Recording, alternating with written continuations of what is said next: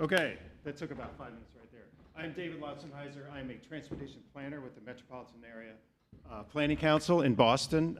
We're the regional planning agency for the Boston region, covering about 3 million people or so.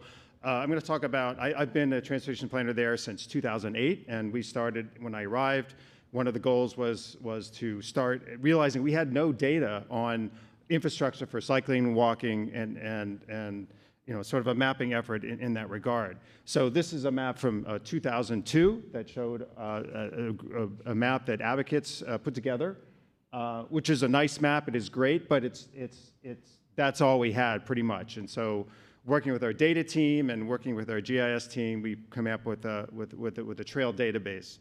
I'm realizing this is also about the same time OSM was getting its legs in 2008. And so when we started our database in 2010, we also pulled in some of the OSM data, but from then on, we split from OSM and actually created our own database in GIS of trails. Again, trails is cycling, walking, shared use paths, and so forth. And the common problem, as you see here, this is Walden Pond in Concord, one of the more famous spots with trails in the region. 3 different maps from 3 different sources. If you look at the state map, the state park system map in the center, and again, at the time, this is what we had. You had no idea there was a trail around that, but actually you look at the map on the right, there's a whole network of trails from 4 or 5 different ownership, different land trusts, different towns, and so forth. So we went to then aggregate the data, as you all are doing, to come together. So the first thing we did is brought together a number of people in the region to think about how we want to prepare a cycling and walking map in a database that's both usable to the public and also usable to people like myself as a planner to want to create a completed network of facilities and basically plan to create this network.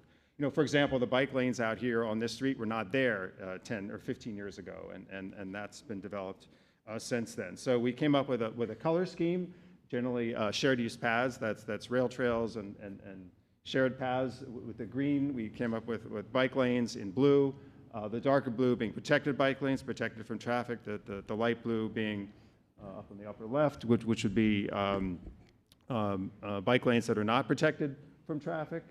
We also have, in the reddish, purplish color, we have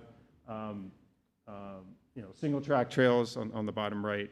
At some point in time, it was your traditional green and traditional red, but we know that that's also not a good distinguishing color for colorblind, so we tweaked the colors to make that more visible, the distinction for all people to see the different color palettes. And then finally, the last 2 slides, I'll show you the 2 maps we've come up with as part of that database. One is a trail map, and that's trailmap.mapc.org, which you can pull up, and I'll show the URL in a minute. And this is our map of trails throughout the region, again, dividing into the color schemes to be able to see which are shared use paths, which are single track or natural surface trails versus paved surfaces like you see on college campuses at Harvard.